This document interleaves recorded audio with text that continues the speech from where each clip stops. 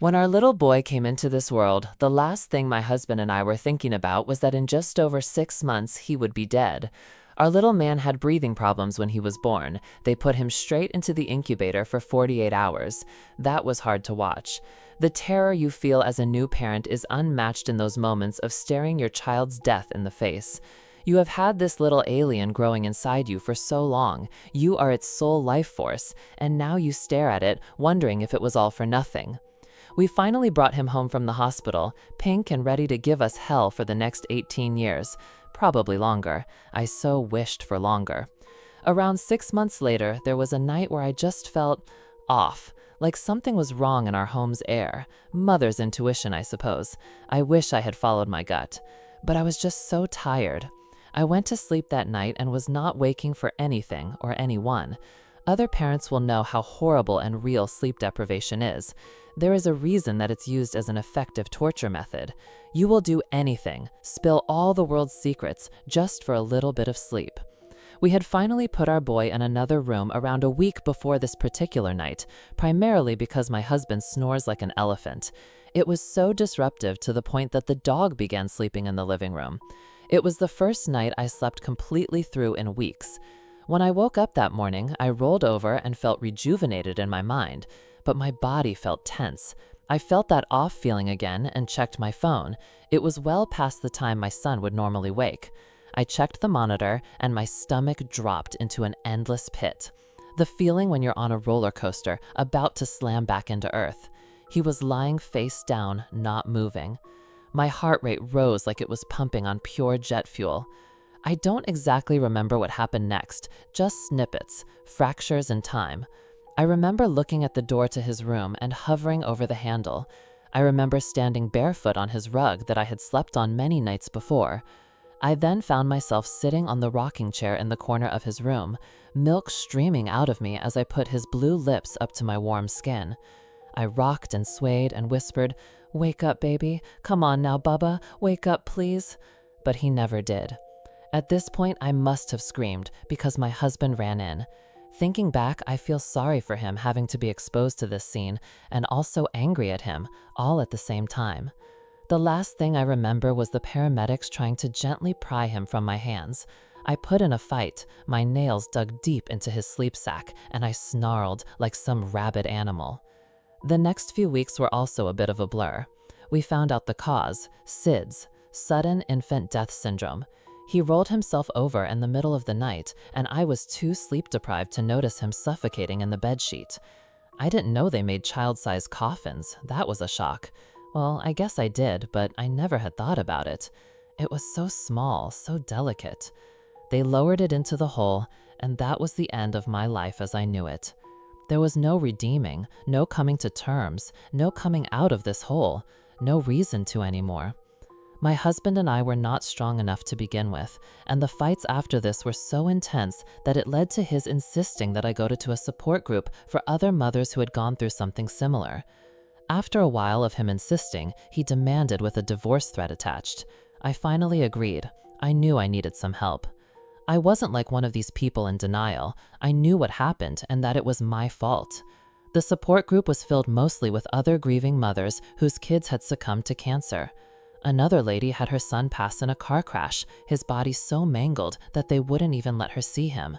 Mine seemed like the most peaceful, which made me feel sick that others had it worse, even though my insides were rotting. I didn't say much. I sat there listening, mostly. But, out of respect, I did share my name and briefly what happened, mentioning what I remembered anyway. The reason he was in there in the first place, the blue lips covered in breast milk, the paramedics. The others looked at me like mine wasn't raw enough, horrific enough. I felt it too. Except for one older lady, she looked genuinely gutted for me. It felt nice. Once it finished and everyone started to disperse, I made my way to a little table with assorted sandwiches and cheap coffee. I stared at it for a long time. Probably not a good idea for them to have strawberry jam seeping out of the open bread like a mini crime scene. A hand grabbed onto my shoulder and I spun around in fright. And that's when I met her, Marla. She would have been in her late 40s, maybe early 50s. You could tell just by looking at her that she has had a hard life. She has seen things behind those eyes, real haunting pain. She smiled at me like she had a deep understanding of what I was going through, and I started crying immediately. It was bizarre. I didn't understand it, and she pulled me in for a hug like an old friend I haven't seen in years. We stayed like that for far too long, but I didn't want to let go. There was something about her, some sort of energy radiating from inside that made everything feel like it was going to be okay. We went for a walk together after, along the street and into the park. We sat on a bench and watched some other kids playing in the playground. After sitting there in silence for a while, she said, "I know what happened, you know." I looked at her, a little taken aback. "Sorry?" "I know that you're beating yourself up over this, but it's not your fault. I know that, and I think you do too." I sat back and looked forward, lip quivering, and let her continue. "I know your husband is to blame for this tragedy. I know that's harsh, but I'm just being honest." I stood up and went to walk off, wiping away a tear, but then she said something that stopped me in my tracks. "There is a way for your little boy to come back, you know." I slowly turned around, ready to go off on this lady. She stood and put her hands up in mock surrender. I think she could see the fire behind my eyes. She quickly added, "Please believe me, there are ways. We have done it before. We have done it, and successfully too. Please, let me help you."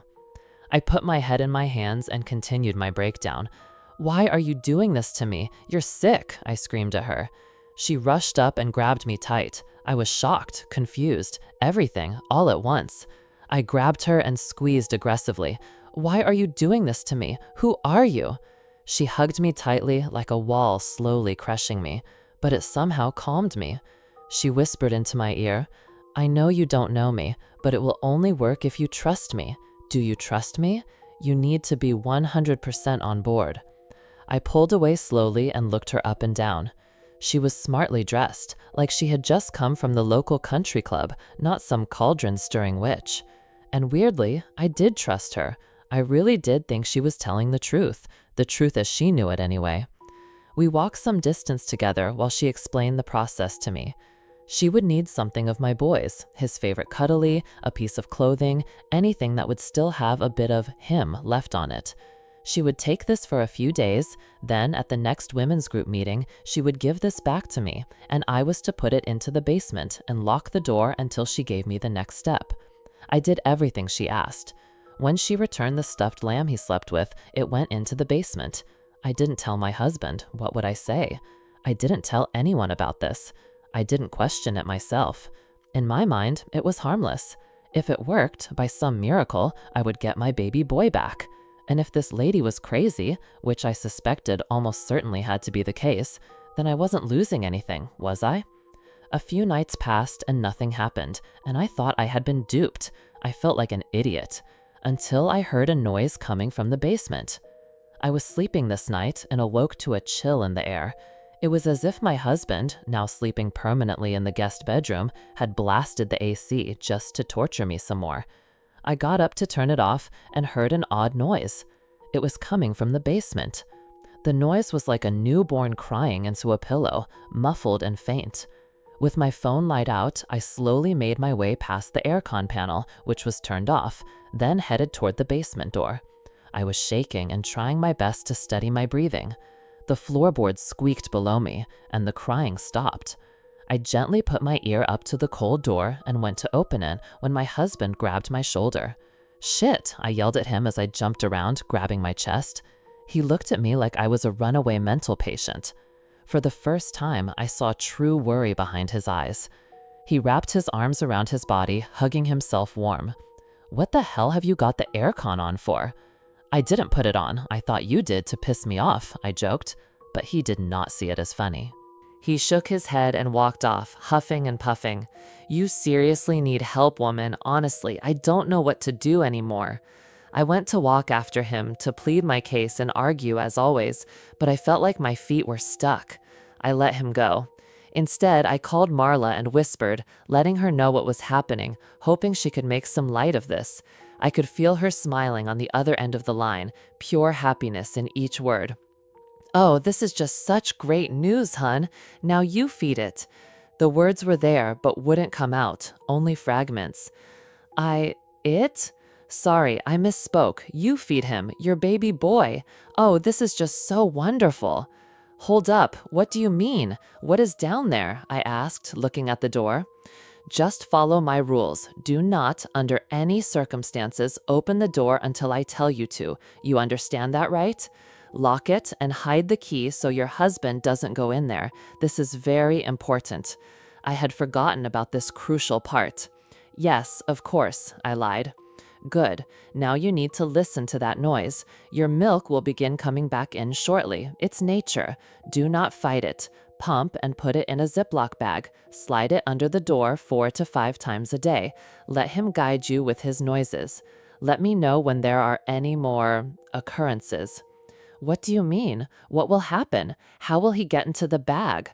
There were far too many questions and unknowns. He will know what to do. Don't worry.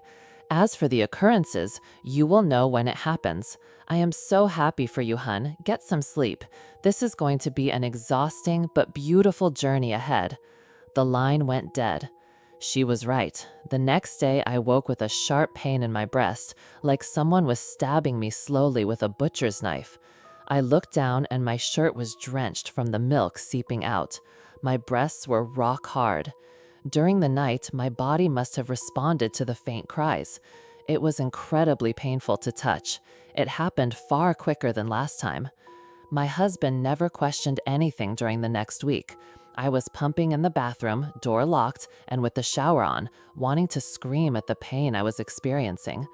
I don't know what my husband thought during this time, but he began staying even later at the office. We needed the money.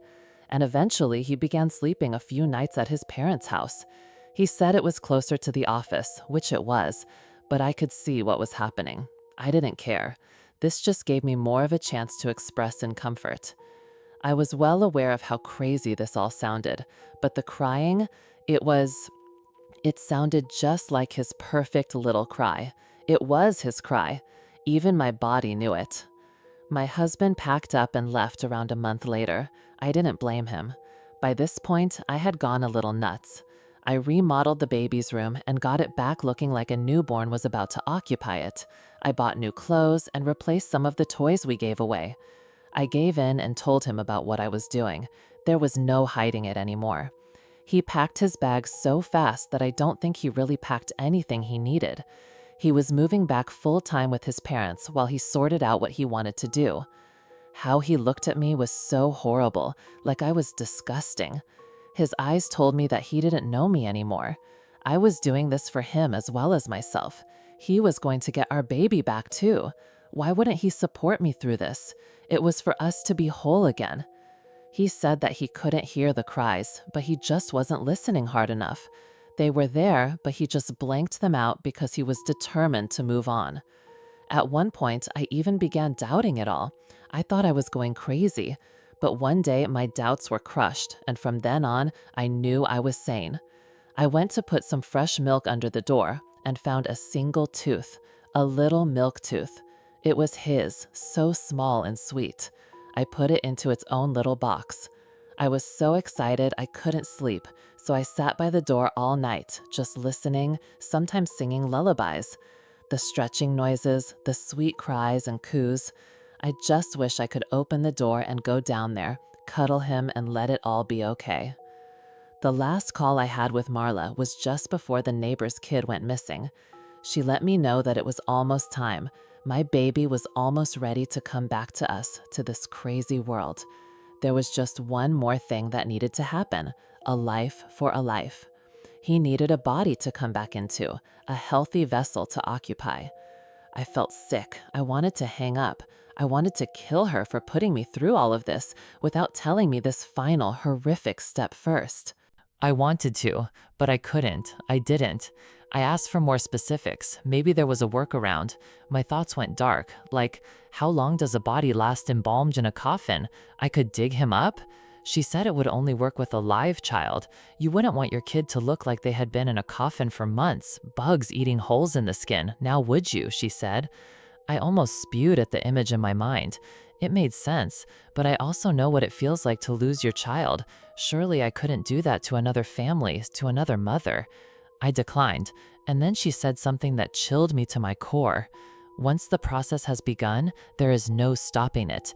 You must finish, or what you create will be something you will regret for the rest of your life. I hung the phone up. I made my way back to my room, unsure about my future with this experiment.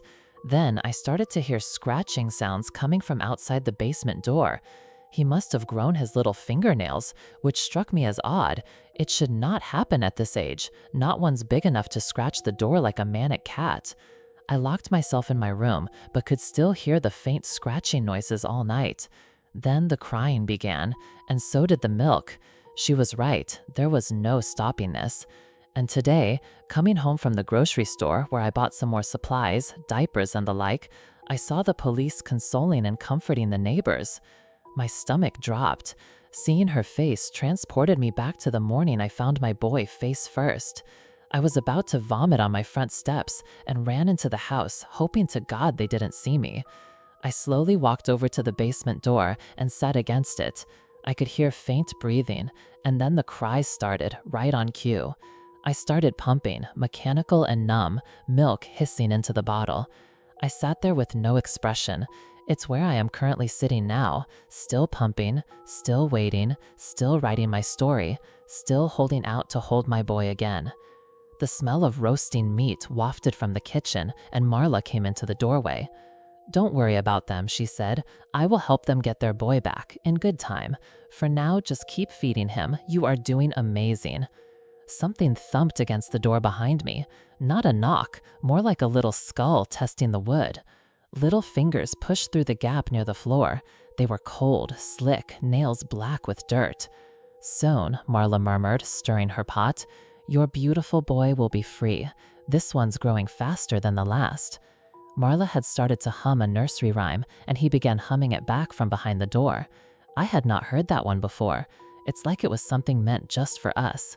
I smiled and leaned my head against the door, grabbing his fingers and whispering, "See you soon, my beautiful baby boy." The fingers curled tighter around mine and didn't let go.